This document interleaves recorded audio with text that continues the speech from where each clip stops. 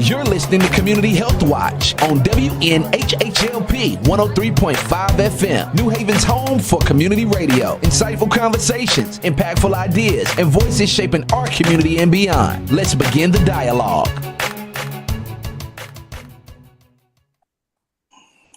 Welcome, everyone. This is YCCI Cultural Ambassador Community Health Watch, and we are on WHHN 103.5 on your FM dial. Today, we'll be talking about the Community Action Agency of New Haven. It is a beacon of hope in the greater New Haven area, providing and supports to help individuals overcome poverty. They provide great services, community engagement, and advocacy with a vision to end generational poverty. I'm excited about this show. When I met Amos, he was just bubbling with enthusiasm about his work. So I'm just waiting to hear him share with us today. I'm the Reverend Elvin Clayton, the pastor of Walters Memorial Emory Zion Church in the city of Bridgeport, Connecticut, and cultural ambassador to the Yale Clinical Research Program. My co-host today is my lifelong friend and brother, the Reverend Dr. Leroy O. Perry. He is the pastor of St. Stephen's Emory Zion Church in Branford, Connecticut, and he is also an ambassador to the Yale Clinical Research Program. But our guest today, Mr. Amos Smith, he is the president and CEO of the Community Action Agency of New Haven. Gentlemen, just say good morning to us, and then a good day to us, and we'll begin our dialogue. Good morning. I'm so happy to be here with my colleague from Livingstone College and friend, Amos, who is also a good friend of ours to Jim Gatlin, who also runs a CAP agency, or did run a CAP agency. And we're just so elated that we could parlay with him and learn from his wisdom and his experience as a community action leader in this area. And we're so thankful that and we're able to give this broader view to all of New Haven and all of Connecticut and the world through this show of his work and the work that he's doing. Good morning, Reverend Clayton and Reverend Perry. It's always a pleasure to be in your company. Thanks for having me on your show and to talk about community action. And so I'm looking forward to this opportunity. And Reverend Perry, you mentioned Dr. Gatlin. I was in Washington last week with Dr. Gatlin as the Community Action Agency, the Community Action Foundation, National Foundation, was giving Jim a Lifetime Legacy Award. Jim spent 48 years working in the Community Action Agency in Waterbury, and he is clearly a leader, a friend, and a very special human being. So thanks to the two of you for this morning's opportunity. Yes. That is wonderful. That is so wonderful. Mr. Smith, can you tell us a little bit more about yourself and what you're doing? Yes, you've already told people what my name is, but my role here at the Community Action Agency is as president and CEO of the Community Action Agency of New Haven. I think of myself more as a servant leader. I don't respond very much to titles. Titles only matter when you're doing something that makes a difference in somebody else's life. And they don't really care what you're called. They care that you're able to, they care about how you make them feel and whether or not you can solve a problem. And Community Action Agency is in a position to help people solve problems. All right. Could you explain the mission and vision of the Community Action Agency of New Haven? Our mission actually recognizes that we're all different human beings merging with different circumstances, different sets of challenges, and different ideas about how we want to claw through our way, a pathway to success. And so our mission simply is that we offer people a pathway to prosperity for people trying to claw their way out of poverty. And pathways to prosperity means essentially that there are different roads for different people. We start at different places on the chalk line, and we have different ways that we think about how we want to make our life fulfilling. And we try to meet people where they are and try and understand their circumstance and to do that. And our vision is that we believe that everybody has an inherent right to fulfill their view of what they believe to be success for them. And we don't try to change their minds, but to help them sharpen their view about how they get to where they need to go. But more importantly, community action, not just in New Haven, but nationally, has a promise that we say that we community action changes people's lives, embodies the spirit of hope, improves communities, and makes America a better place to live. And Dr. Perry, I'll just make this last comment, mentioned that he and I are fellow graduates of Livingstone College. Livingstone is a very small, historically Black college with about 900 to 1,100 students. And I'm proud to say that a local New Havener is now the 13th president of Livingstone College. It was at that small college that gave me my start. I was going nowhere. I'd grown up in the South, in Jim Crow South, legal segregation until my 11th grade year in high school, and happened to get a football scholarship to go to Livingstone, and it changed my life and my outlook. So that's a little bit about me and about how I got here. It was but for the grace of God that I sit here, because there were a good number of circumstances that could have turned my life around and made it like many other people that I grew up with, and God spared me to serve, and I do that without fail. Thank you so much. Wow. What are some of the key programs and services that CAAHN offers to the community? The program that people most identify us with is something called energy assistance. That's energy assistance. We serve anywhere from 10 to 12,000 people. The interesting thing about it is that it's the program that people know us by, but we provide a good number of other programs. It is through that program that people get referred to other programs. We believe that a key element to understanding poverty and extricating oneself from poverty means you've got to also understand something about the value of money. You got to understand how money moves in this culture, in this society. And so we have something that's also called a financial capability center. We partner with a good number of organizations around that, including the City of New Haven's financial education program, and LIST provides support. M&T Bank helps supports that, and the Community Foundation and a good number of other funders help to fund that. They agree with us that financial literacy is an important element, especially in this day of age of technology and fast moving economies. Another one is Aging with Grace. That's a program that we run for people 55 and older, because we understand the value of social engagement. As you get older, oftentimes people tend to isolate themselves, and isolation ages them faster.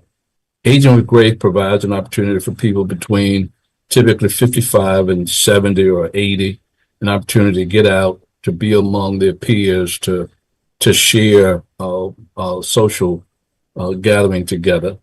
At the middle of all of that, we see of the 10,000 families, we see about 2,000, 2,500 people in individual case management. And that's where people decide that they want to have a little more work to help them think about how to focus, how to sharpen, and the pathways they need to get on, the pathway they need to get on to improve the quality of life. We provide something called Healthy Start. Healthy Start is a program for pregnant and parenting moms, many of whom are low-income African-American women who are pregnant, oftentimes for the first time or the second time, with limited resources. Healthy Start engages those women and their partners and families to help the child get off to, as I said, a healthy start. Wow, that is a mouthful. That is something. And you also still have the fatherhood program? We do have the fatherhood program. We just suspended it about a couple of weeks ago. We're involved with another men's health initiative, and that's going to be emerging soon. And we will identify fathering as part of the whole issue around men's health. All right. How do you measure the success and the impact of your programs? There are a number of ways. Sometimes people come and they want only one service. Mm-hmm. They get energy assistance. If they apply for energy assistance and they're eligible, oftentimes people think of success as being measured by, grades or numbers. In school, when you were going to be graded on a test, you wanted to have 80 to 100 to pass. Those are passing grades. You didn't want to have that. So what we try to do is, of the 10,000 or 12,000 families, we know that 80% of them, 80 to 85% of them get us service that we could quantify in dollar values as being equivalent to money. And so we want at least 80 to 85% of our people to reach the goal that they have set or to acquire the service that they have asked for. And if it's a service that we don't provide, we have an obligation to move them seamlessly to one of our 370 or so partners in the region who actually might be doing what we do not do. And depending upon the program, how we measure it, Dr. Clayton, is different because we also use something that looks at what's called 19 dimensions of service. So depending upon what the person comes in for, it could be because they're unemployed, it could be because they're underemployed, it could be because they need heat, it could be because they just got laid off. Then they're put on something called a Roma scale. And a Roma scale essentially puts people in a series of gradation based on those 19 dimensions of service. And it determines whether or not a person is in crisis when they come to us, whether or not they're vulnerable. And if they're in crisis, and about 98% of the people who come to us are in crisis, our goal is to get them to being stable. The Roma scale goes from in crisis to vulnerable to stable to progressing and to basically successing. Our goal is to get people to stable as fast as possible in the shortest period of time, because people can't focus on anything else if they can't eat and they don't have money in their pocket.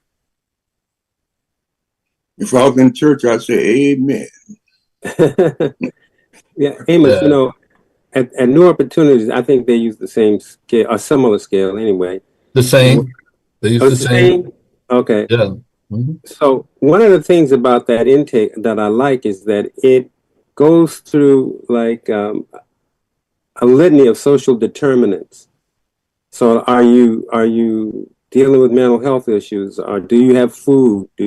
So I think that is so awesome. And I think that for medical institutions and for the Medical Research Society, that information is almost invaluable. And in terms of partnering with these health agencies, looking at the disparities, you already, and these CAP agencies already have most of the data that I think would be very helpful for researchers going forward with their research. You're absolutely right, Dr. Perry. what's interesting is that when a person comes to us, unlike many other not-for-profit organizations, a person may not know exactly the right place to go to. If they have a mental health issue and come here and we don't provide that as a primary service, we're obligated to try and help that person identify the most appropriate place to go and then ensure that they get a connection doing that. We collect a hoard of data about the various needs. And so a person may come here for one thing, we might identify that they have 3 or 4 other needs that we can address. And that's what the assessment does that you're talking about, that lends itself to those 19 dimensions of service. The 19 dimensions of service typically identify any particular issue that one might arise in a person, an individual or family's life.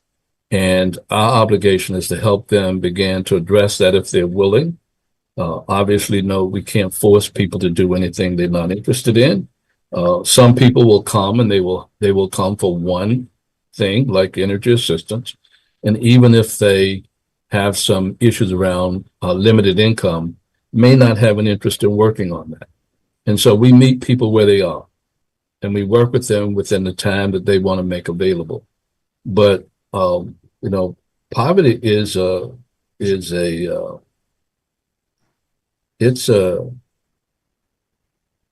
a criminal.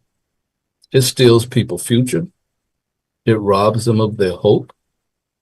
And it leaves people languishing in a legacy of doubt and self hate. And some people give up trying. Our job, partly your job as leaders of religious institutions, is to help people embody the spirit of hope that we embrace in our promise, to renew a new way of thinking about their lives and understanding that they too are deserving of a good life in whatever way that is defined by them and for them. So the instruments that we use to try and help people along their way helps us, and actually many of our workers have actually been our clients. We're sort of like the hair club. Yeah. So we like the hair club. We just not owners. We also are participants too. And we do that because it's important for the identification, that people understand. And strikingly, many of our workers didn't believe it was possible for them to break the chain of poverty either. And what we had to do was to show them that unless they can get to a point where they can believe and organize their lives in such a way that it shows improvement, they can't convince anybody else that it's possible. And that's one of the reasons we use people who have experienced many of the problems that our clients experience, from being unhoused to having better education around health literacy. And at the heart of poverty is also ill health, whether that's physical health or mental health. And as you all are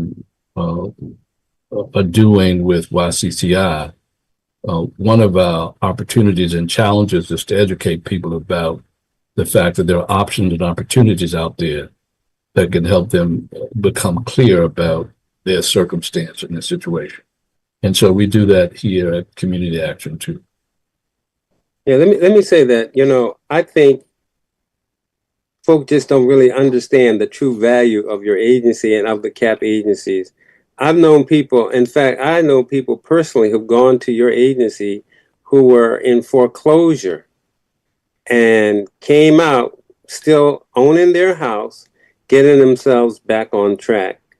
I also know that during the fuel assistance not only is it oil, but it's propane and it's wood, it's whatever folk need to heat their homes with. And also to be a liaison between the energy agencies to help lower their bills to make it affordable so that they can live. My colleague and I, we're focused on the health part, and we're going to come to more of that. But I just think this part is so relevant and important. And my fear is under this new administration, where federal funds may come into play, what do you think the impact of this new regime might be for cap agencies, not just in New Haven, but across the country? Oh well, that's a politically charged one, but I'll take it. It's a I think that you all know well the scripture that says that thief robs and steals and steals. I think that what's happening is that that deception was allowed to enter a space under the guise of people trusting that they would have the interest of individual Americans at heart. And what we're seeing is a level of disruption that is unparalleled. I think that disruption is in the news. What many of the people say that believed the story that was told them in the last election are dismayed. They were experiencing a hardship because they thought, in many cases, that the finger was being pointed at Black people, without understanding that Black people's history in America is American history, and that we have seen this before, and we have overcome it. And we will continue to overcome. And I think that it's that level of inspiration that we have to make certain that the people around us who are frightened and are scared to move know that this too will pass. That's right. And so I think that the services are at risk. There is no question about that. And I don't, based on the early moves, there don't seem to be any sacred cows, except billionaires and millionaires. But the people that put the new administration in place were basically just working for working people who need a job to take care of their families and to live a decent middle class and upper middle class life. So yeah, there's going to, it's I started my career out in mental health, working in Department of Psychiatry and Community Medicine, John Dempsey Hospital in Farmington.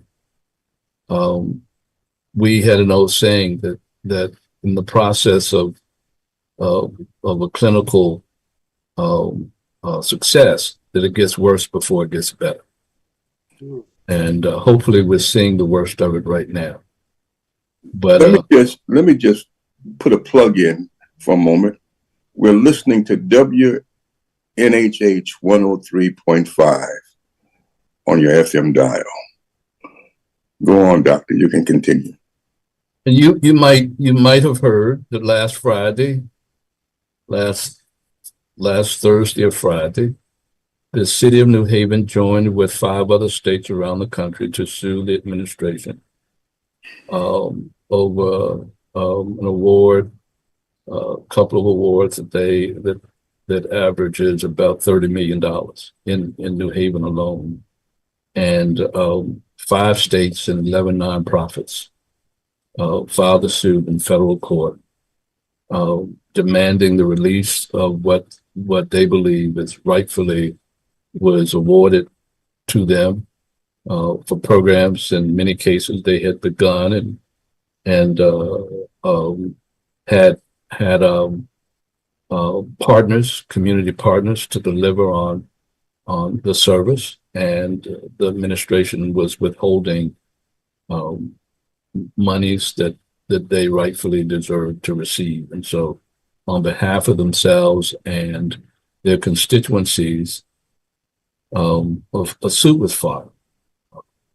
Now, the problem with that being the only mechanism is that suits are reactive, and the administration can they can disrupt a person's life, they can put them out of their job, and by the time that the courts react, people's lives have been totally tattered and devastated, and some people don't recover. You know, it was one of the things that we learned about recently is that in the C.C. Calhoun introduced us to the sickle cell stem cell research and how this research in young people with sickle cell could lead to a cure. And they did find a person to be in this study, and the study's over $1 or $2 million. And then under this new administration, the question is, will they be able to continue this study, having started it under this new administration? So, you know, it's havoc all over, and in the medical community as well. Like, our jobs have been to somehow empower and to help researchers reach out to bring about cures that our community may not have even been aware of, or new breakthroughs in medicine which our community may not have been aware of. All of that now is in jeopardy. And so we don't know where we're going, but Reverend Clayton is going to follow up with you on your health fair. I know I went to one with Sunday, and you were giving out blood pressure kits, and it was post COVID, and I just think that was just such a wonderful way of addressing a need in the midst of poverty. And so I know we're hoping to partner with you on that and going forward. But go ahead, Clayton. Before we go into the health fair, I just need to let our audience know that the person that I knew that was in the stem cell program, in terms of sickle cell, the funding, they're going to continue with the work whether the funding comes or not, and that's a great thing. That's a great commitment. Yeah, that's a great thing. The medical school is going to continue to work with her because the work has already begun. So, and that is good news. Yeah, and the research is revealing in some places that sickle cell can be cured, and that's what happens when you get people to participate in medical research and clinical trials. That's right. Which is part of what your ambassadors program is doing, and part of what we're doing with equitable breakthroughs in medicine, education, development. But yeah, all of those programs are under assault. Ironically, all of the research money was cut out of the University of Alabama. They may have it back. Columbia just resolved this issue, which I thought had already been resolved, but sometimes people have a way of making people believe that there is a problem and then solving it to their advantage. The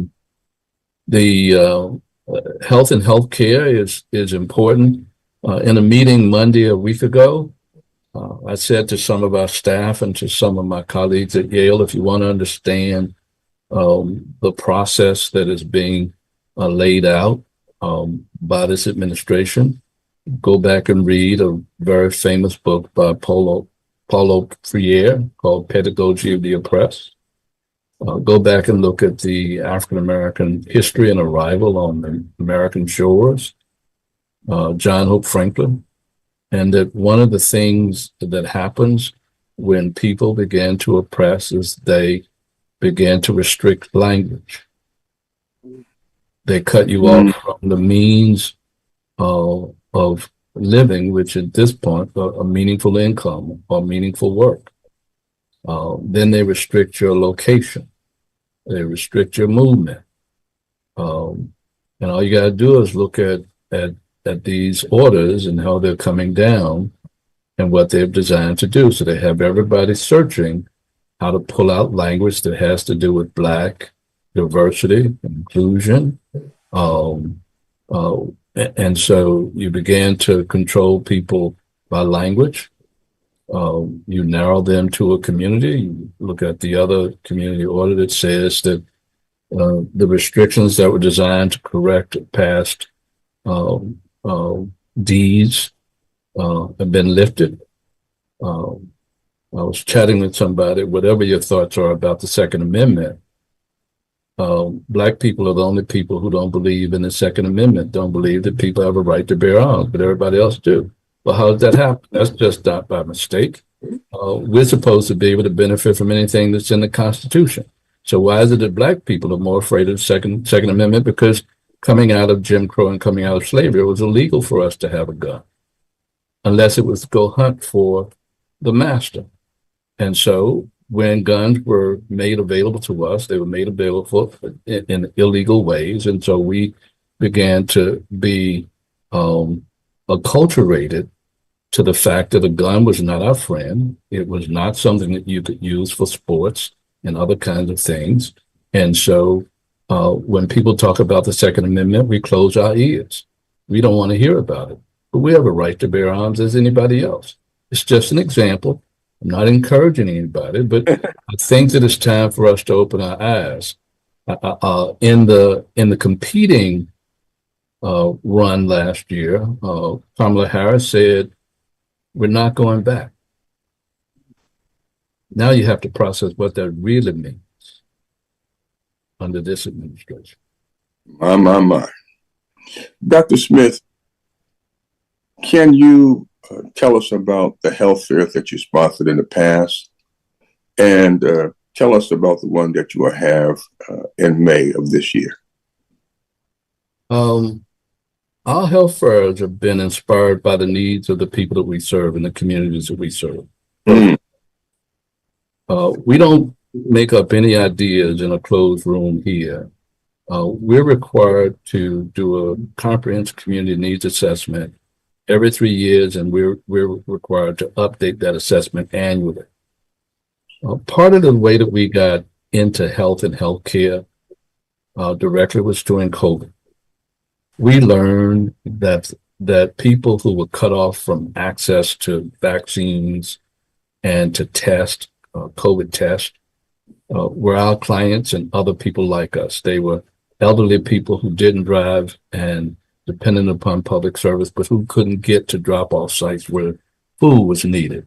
What we also realized is that as the world came to know, that poor and poor Black people in particular were dying at a rate faster than anybody else. There used to be a saying in my neighborhood, when America caught the cold, Black people caught the flu or pneumonia. And so we died from things that were preventable. So we responded as we looked into our service continuum and found that many of our clients were not accessing regular healthcare or COVID-related services, and began to develop with the State Department of Health, with Connecticut Health Foundation, with Griffin Hospital, and eventually with Yale Hospital, the opportunity to set up clinics to help people get their A1Cs checked, to get COVID tests, get COVID vaccines, and we made it what we called a knowledge and education day. So it wasn't just a traditional go by and look at the tables, but there was an opportunity to have people who had tables who could provide people access to services that they may have not received. And so we found it to be meaningful.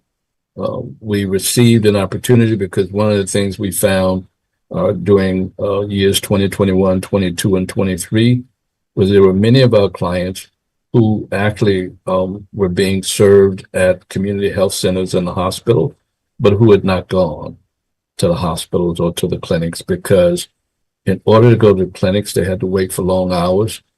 And in doing so, they would compromise time at work.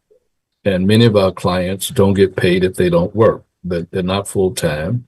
And so they found that if they went for a healthcare appointment, they might spend 3 or 4 hours. That 3 or 4 hours would eventually hurt them at the end of the month if they had more than one medical appointment, because then they'd be short on their check. So we started working more closely with the healthcare clinics and the hospital and trying to rectify that. A foundation out of DC called us and offered us some money when they heard what we were doing, and said that to the extent that it's so, if you can identify people who are outside of care and you want to move them, help them reconnect to care, we will give you a grant to buy Uber rides for them to and from there. Because many of the people also had to catch buses or some other paid transportation to get back and forth. And people typically, poor people, Black people, typically, when they are having to sacrifice one thing in terms of their own health in exchange for using money that they don't have, they tend to wait until their health is, that they're in pain. So preventative health is a misnomer. They wait until they're in pain. They feel that there is something wrong before they go to the doctor. We believe that in order for us to help people become re-employed, better employed, that their health has to be in a better state. And so the health fairs are all designed to create that particular response from the community. Now, the health fair that's coming up is being inspired by some work that we've been doing with Dr. Rachel over at the Yale Stroke Clinic, and some of the patients that she's been working with is trying to get the word out. But it's also undergirded by the work that you all have been doing as part of the ambassador program, as well as the work that we're doing across the country, Community Action is doing across the country with other community action agencies with regard to EQB Med. So that's essentially, and we're looking forward to this health fair, because not only did we not have a relationship with the stroke clinic, which happens to be a prevalent issue in poor and minority communities, particularly African American communities, we wouldn't have had your active involvement in this as well. So people will get to see a lot of these efforts come together in an organized and structured way. All right. Again, we're listening on WHNN 103.5 FM. Dr. Perry? Yes, Amos, the thing that I'm just amazed at the work you guys are doing, and how you have broad stroke the needs. Like, not only this is just food and housing, but it's also healthcare, and like diabetes, and with the CHEER movement, with the work that you're doing there, chairing that board. You want to talk to us a little bit about that? Yeah, CHEER is a much like the work that you all were doing with YCCI is unique. It's a novel experience led by Dr. Marcella Nunez-Smith over at the Yale School of Medicine.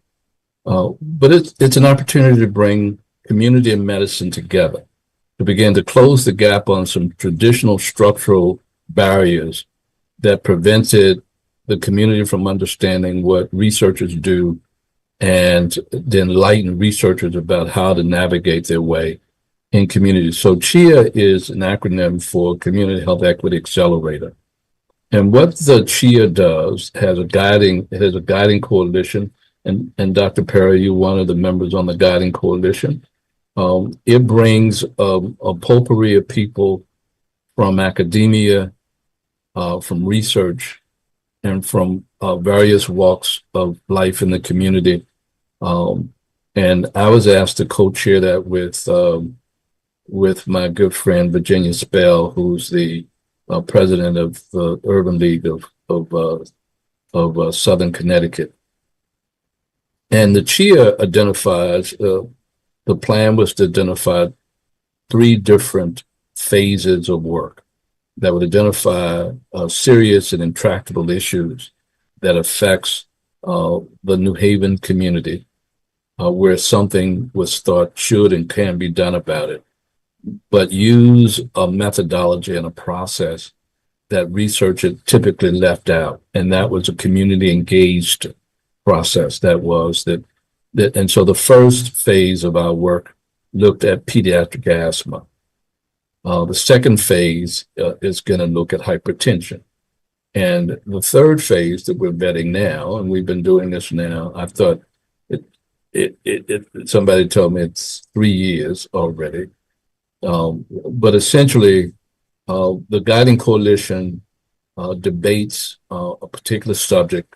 We then look for subject matter experts, usually are physician researchers, to come and brief us on what they know and what is unknown about the issue, and to then get input from the community about what they know as either parents or people who live with other people experiencing those issues, and to try and put together a research team that is a complement of a community team and a traditional academic team.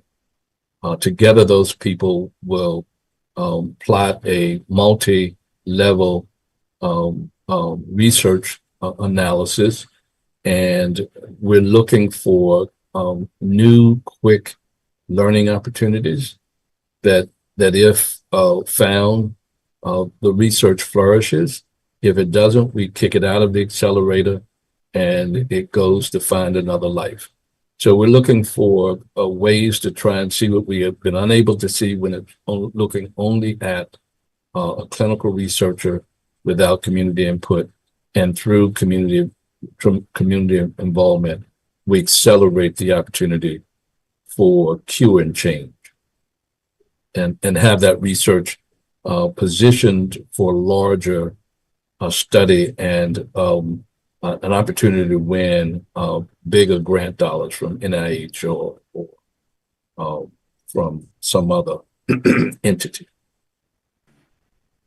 I think that it's amazing that the way you're partnered with Yale and with Southern and other institutions in the area. And so what we're trying to also work toward is these kinds of partnerships. And that's why we're so happy to partner with you on your next health fair. And even beyond that, we've got some other nuggets in the fire that we want to make you aware of. And one of our partner churches, one of our community ambassadors, Reverend Darrell Blue, hooked up with an agency called PHEN, PHEN, and they brought researchers to their church where they gave our PSA evaluation at that site. And For so men. 100 men got tested at one time. And now that's phenomenal. That is phenomenal. The agency is in Massachusetts, and we are trying to look to find a place where we can bring it closer to home. And that's one of our challenges. And we definitely would love to have you working with us on that. Yeah, we'd be happy to do that. We're trying to, this men's health initiative that's starting out of the School of Public Health is getting off the ground. It's dealing with men's health, and it's dealing with issues of trafficking of men. You may have heard that the 3 owners of Abercrombie and Fitch was arrested back in December by having spent a decade trafficking young boys, both nationally and internationally. So the work that they are getting their arms around and we are partnering with is around serving the health needs of men and dealing with that issue, which involves the New Haven police and some other local partners. But you might remember of the Robinson Institute at St. Francis Hospital in Hartford, going back 10 or 15 years. Robinson is entrepreneur, African American man who experienced prostate cancer and set up a treatment at the hospital, St. Francis Hospital in Hartford, so that any man, any African American man, it might be any man who had a prostate issue, would get their medical bill paid for free out of his foundation. Mama. And so he's the fellow that he's sort of a quiet entrepreneur. I remembered him when I was coming out of graduate school because he was one of the Black people that owned the club downtown Hartford. But he also, unless he's recently sold, but he also owned all of the Brook Brothers stores in the airports. Wow. Yeah. So there's a passing flea. You pass by, you never recognize it. So he's a quiet mover and shaker, and he's a multi-millionaire, I guess tens of million, and he plays in a big stage. But he dedicated, and at the time, I was attending First Cathedral, and a young woman who was a member there, her father had been tested in the Caribbean, and they made it possible for him to come and have his surgery and his medical treatment at St. Francis because it was going to all be free. So those kinds of, I don't know if that program is still operating, but it may very well be because I think he gave St. Francis an endowment for that purpose. Wow, that's awesome. Yeah. Prostate is a real. We interviewed Jessica, goodness, forgotten Jessica's name, over at the Cancer Center, and Dr. Lee's at the Cancer Center Thursday and Friday, and they told us that the top cancer diagnosis, the first one is breast cancer, the second one is prostate cancer, third is lung, fourth is colon, and so those four, and we're interviewing them as part of the CHIA process to identify our third issue as cancer, and now we're trying to decide what type of cancer does CHIA then focus on. You have so much information that has blessed us and has blessed our audience. I do have another question that I need to try to get a little more of this information from you. As director, you have access to information regarding social determinants of health. Information like zip code helps to point to greater pockets of poverty and need, and the gap appears to be growing. How will you address this need, and are there resources available? Resources for housing, food, insecurity, lack of health care, etc. Well, let's see if I can do it quick because it looked like we're running out of time. I was blessed to be asked to co-chair the Yale New Haven Health Systems 3-year community health needs assessment, which is a requirement that all hospitals in America do as a result of the new healthcare policy that was passed under Obama. And I was asked to co-chair the process of their review this time with the health system staff.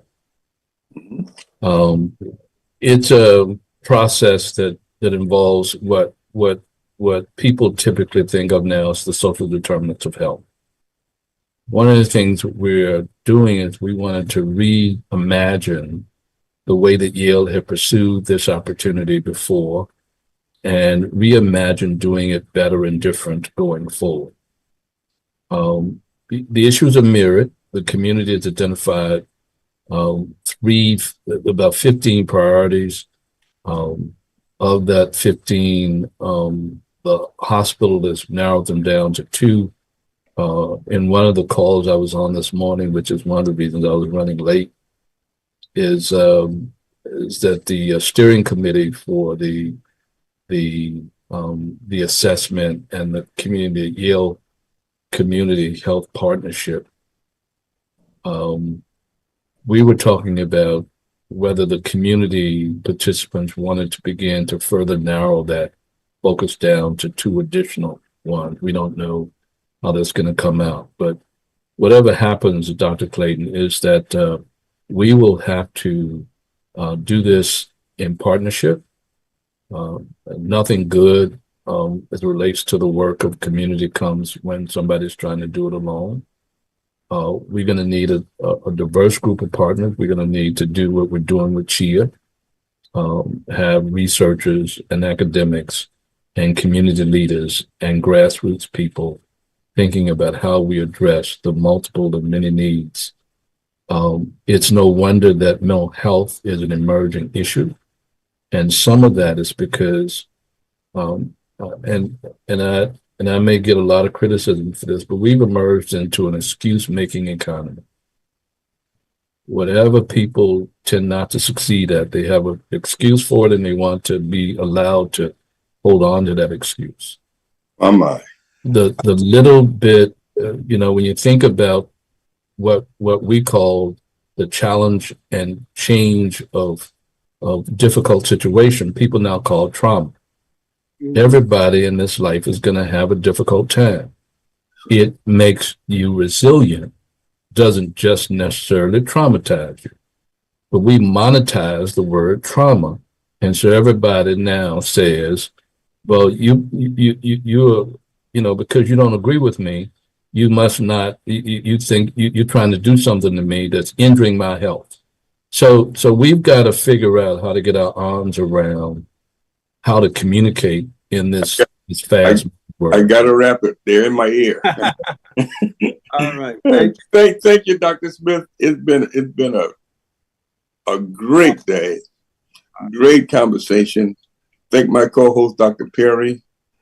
If somehow you could just send us your information, as people will need to get a hold of you, want to know more about your program, it'll be a blessing to us and to others. It's been wonderful. Thank you all for the opportunity to share. You're listening to the Community Health Watch Show on WNHHLP 103.5 FM, your home for community radio. Stay informed, stay connected, and take charge of your health with